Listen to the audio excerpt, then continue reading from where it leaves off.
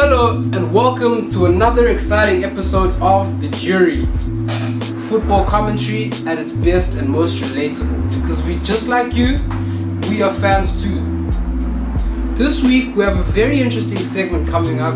You know about it already. For those who don't know, it's called State Your Case. We have two of our members debate anything. This week we're going to have Kganya from Cape Town against Khaya from Johannesburg, and it's going to be a really, really good one.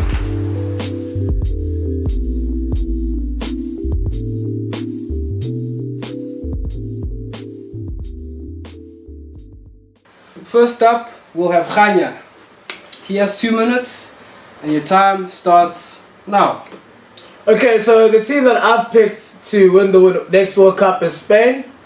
I'm going to give you a rundown of the results. Number 1 in the World Cup qualifiers, they played 10, won 9, drew 1 game, 0 losses, 36 goals for, 33 goals against, 28 points in the end. Third highest amount of goals in the European qualifiers.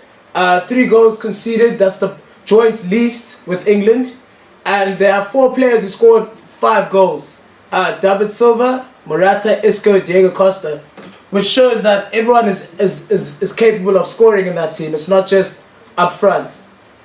So I'm going to go into the coach now, Julien Lopetegui. He's coached the Spanish under-19s, under-20s and under-21s. His accolades, he's won the under-19 championship in 2012, then he won that famous under-21 championship in 2013 with Morata being top goal scorer and Thiago Alcantara being player of the tournament. So he understands the team, he knows the team. So let's go into the squad. My starting lineup, I see it as having top 10, they have the top 10 best players in each position. So I'll start at the back. Best goalie in the world, Dave Saves. No one's going to score against him. We all know that. And a very experienced centre-back pairing with Piqué and Ramos. Then the midfield is well balanced. It's very well balanced. We've got Busquets, Iniesta and Thiago. Those are magicians, grown men, grown-ass men. Isco and David Silva, not playing as wingers but tucking in, giving room for Jordi Alba and Carvajal to play down those flanks. All I see is attack, attack, attack. Now, besides that, they've got a good second team even. There's a lot of youngsters that they're brewing with the likes of Asensio and Saul Niguez, who will add lots of flair to the team. And even the experience of a man like Pedro, we forget that he's that good. For me, the Spanish team, starting lineup, the 23, it's all good, it's all strong.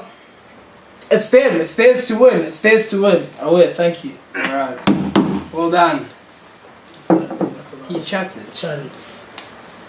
And Khaya, you're up next. Your 2 minutes starts now. Okay, Zungz, I didn't see your Spain coming, but I'm going to argue for France. They're my way too early prediction to win it all.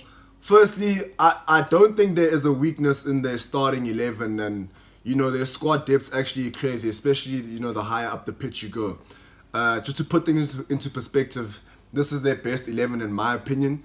We have Laurie in goal, their captain, always ready, always consistent. They have Sidibe and Mendy as their wing backs, and Mendy, who probably is top 3 best left backs in the world. Their best centre back pairing in my opinion would be Varane and Koscielny, and Koscielny is mad underrated. You as an Arsenal fan will know that. The midfield 3 is just grown men. It's black excellence, Pogba, Kante and Matuidi, like just horses on the field. And then they have a front 3 of Dembele, Ousmane Dembele, Antoine Griezmann and Kylian Mbappe. Such a strong 11. And then that's without mentioning the likes of Kazawa, Bakayoko, Thomas Lemar, Payet, Lacazette, Coleman, Martial, and even Giroud. I mean, some people might laugh at Giroud, but if you watch France, he's a different animal for them. Then moving on to, their coach. Deschamps has been their coach since 2012, and, he took over just after the Euro, and because he's been at the helm for so long, there's a complete understanding amongst the players of his demands and how he wants them to play. And the track record has shown that because they've gotten better at every tournament. They were knocked out of the World Cup in 2012 in the quarterfinals, which is a decent first showing. Then they came back even stronger in Euro 2016 and made it all the way to the final, even though they unfortunately lost. And that overall takes me to my final and biggest point. And the way I see it, I think that loss in the 2016 Euro final could prove to be, a blessing in disguise of sorts. They'll bring an almost identical squad to the World Cup, and they'll have that big tournament XP, and that goes for Deschamps as a coach as well. They've all played, or the majority of them have played in the biggest game on the big stage, and that experience will be invaluable. And over and above all that, because they came so close to tasting glory, I think it will give them a different kind of hunger. They'll see a different France. Thank you very much, Khaya. Well said. I like your choices, gentlemen. I like France. I like Spain. I think they both have a lot of potential. I think the next year, in terms of club football, for their young men, will determine how well they do, I think. Excellent stuff there, gentlemen. And now, we'd like to invite the rest of the jury on. Oh, can we rebut, dog? I got some chats, mates. I got some chats, dog. Sorry, guys, I forgot. What's up? Oh, wait, Khaya, dog. Sorry. It's going to be edited. Speed kills. And now, we're going to have a nice, short, give it a few minutes session for the two lads to poke some holes in each other's arguments and show why they should win this week. State your case. 3 minutes to rebuttal. Gentlemen, start now. Oh wait, so Khaya, number one, your team France, what do they have to show for it? Oh wait, Deschamps has been there for a while. They lost to Portugal in the final at home. I mean, they have no proven winners. Player for player, I am better. I've got proven winners. What's your chat? How is France, them losing, how's that a blessing in disguise? Dude, it's been 5 years. It's been 5 years since your team won anything, for example. So I don't know why you're still acting like Spain has a leg to stand on as well. But Spain has the know-how. Spain has the know-how. It has the know-how. Players who have previously won the World Cup. Players who have previously won the World Cup are still part of the setup. Players who have had successes at junior levels are now part of the setup. They're born winners. Those are winners. France don't have any winners. Don't tell me about junior levels. When you get to the big boys, it's a different ball game. You're playing grown men. Dude, to answer your question, France haven't won anything. But I don't see how Spain winning a World Cup 8 years ago means anything. Literally, it's going to be 8 years ago. But what I'm saying is they've got proven winners. Oh, that's not the whole. But what I'm trying to say to you is that France have shown that they are capable of getting to the biggest stage, and I think that loss in the biggest stage is going to change the mindset. There's going to be a different hunger. They're not going to want to go to a big tournament again and taste defeat after coming so close in the Euro. They had home advantage and they couldn't do anything with that. That's my thing. Is it was their tournament to win and they lost it. So for me, it's like, where's the BMT? Where is the BMT?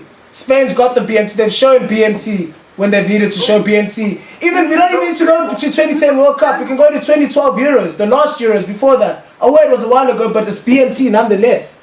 When they get to a final, they do what they need to do. And that's my chances. If my team gets to the final, which they will win. Whereas France, I'm not so sure. They could lose. Can I chat? Can I actually chat? Zungz, you also know very well how young this France team is as well. You know what I mean? So kudos to them for getting to the final. Yes, I know they lost, but they were a very young team. Now, when they're going into the 2018 World Cup, they're getting also in the peak of their powers. Pogba's gonna be in his peak. What's that face about? Are they not gonna be in the peak of their powers? Now you're discounting Spain with the players they have at the peak of their powers. Your Saul Niguez, your Asensios, your Iscos. I don't understand. We have the same, but the difference between your team and my team is that I've actually got experienced players who have the know-how. Your team is just a bunch of lighties. My team's just a bunch of lighties. Yeah, just a bunch of lighties. So you're telling me even though they got to the final, it means nothing. I'm not saying that. I'm saying it's a bunch of lighties. I'm saying I've got XP and lighties at the peak of their powers. Therefore, I'm a stronger unit. I don't have XP. I don't have XP. No, he's not XP. 10 seconds, gentlemen. What does Laurie know? What does Laurie know? What does Laurie know? He's their captain. Oh, he's your oldest guy there. What does he know? I'm talking about winning know-how. No Zungz. Like I said, you are telling me about things that happened 8 years ago. If you're telling me they won the 2016 Euros or they won the 2014 World Cup, fine. But they went to the 2014 World Cup with almost the same team that won the 2010 World Cup. The same thing you're saying now. Guys with know-how, they got knocked out of the group stage. That know how to win. They're winning at club level week in, week out. Week in, week out, we're winning at club level. Half your team doesn't even know what a trophy looks like. How are you gonna win a World Cup when you can't win your own league? How are you gonna do that when players in your own? This team with all the know-how literally got knocked out of the group stage. They got knocked out of the group stage. This team with the know-how, with this amazing know-how of winning tournaments, they got knocked out of the group stage in the next World Cup. Leave your know-how. We're talking about right now. Time's up, gentlemen. Time's up. I'm done with you. I got you. Out of the group stage. Boy, time's up. Don't Time's risk a yellow. It's over. Please, gentlemen, Time's this up. is a court of football, and we will treat it as such. Thank you. Also, I'm gonna have to brandish these. Strapped. Anyways, now I'd like to invite the rest of the jury to come on and vote and give a brief opinion on each of the lads' points and arguments. First off, I'm going to start with Fizz and Joburg. I'm going to ask him to weigh in on the chat and see what he has to say about it.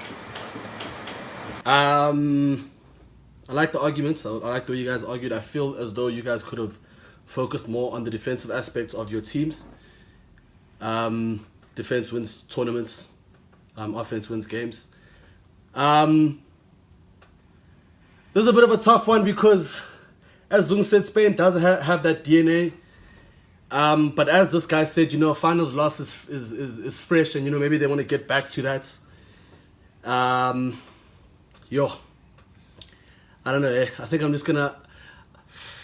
I think France midfield and Spain's are toe to toe. So I think I'm gonna have to go with France because their attack seems a bit more potent.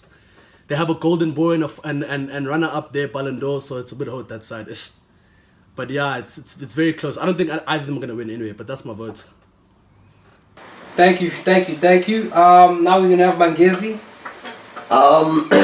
To both gentlemen, Khaya, Kganya, very good arguments from both sides. It made it very difficult for us to vote. But from my perspective, and I just want to go straight to it, Zungz brought up good arguments about how Spain have been winners and they've been winning even in their youth structures. They have been winning, and now that youth team is coming to be the senior team, and the senior team itself is still quite ham, just hasn't really won anything. They've kind of fallen apart. So it's a bit tough because Spain of late haven't necessarily been the Spain that we've known and fallen in love with, whereas France have been on the up and they have nothing to show for their improvements. So it's a very tough argument. It's a very tough one going both ways. Much like Fizz, I don't think that either teams are going to win. But if I putting my votes in, I'm going to have to go for Kganya.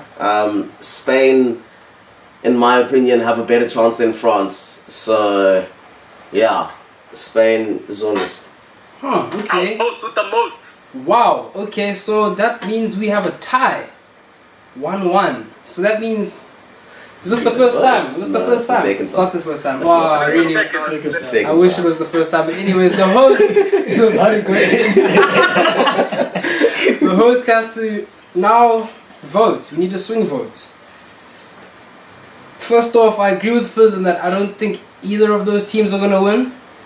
But... if the arguments about who is more likely to win, and Kaya's right in that Spain as a team has fallen off. Zungz is right in that Spain as a team have progressed better now in the qualification, and the youth teams that were successful are now going to be the senior teams. I think it's just that we haven't actually seen Spain's real outfit in a big setting yet.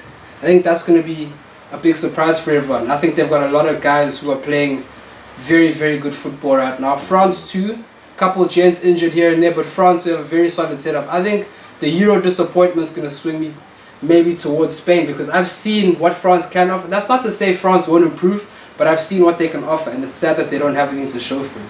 So I think I'm going to go with Zungz on this one. I'm going to say Spain, because a lot of their blokes are doing the right things right now, and it's a year away. And a solid squad. And a solid squad who are all playing at big clubs and starting. Very well said. Those are winning Champions Leagues They're every winning week. Champions Leagues in Every their richer week. teams, so I'm going to go with Spain. So every week, Champions League. You can't win a Champions You know I'm being childish. Flip. Anyways, thank you for that, Zungu. Congratulations for winning this week's episode. Kaya? Alright, that was great. That was dope. I enjoyed that. I enjoyed that. Kaya, you did a superb job, my friend. Well done over there. Don't be too sad. And that wasn't a joke. Anyways, thank you guys so much for watching. Please don't forget to subscribe to our page, The Jury SA on YouTube. Also, please follow our social media accounts. Got some interesting things going on there. That's at The Jury SA. Thanks again for watching, and have a good time.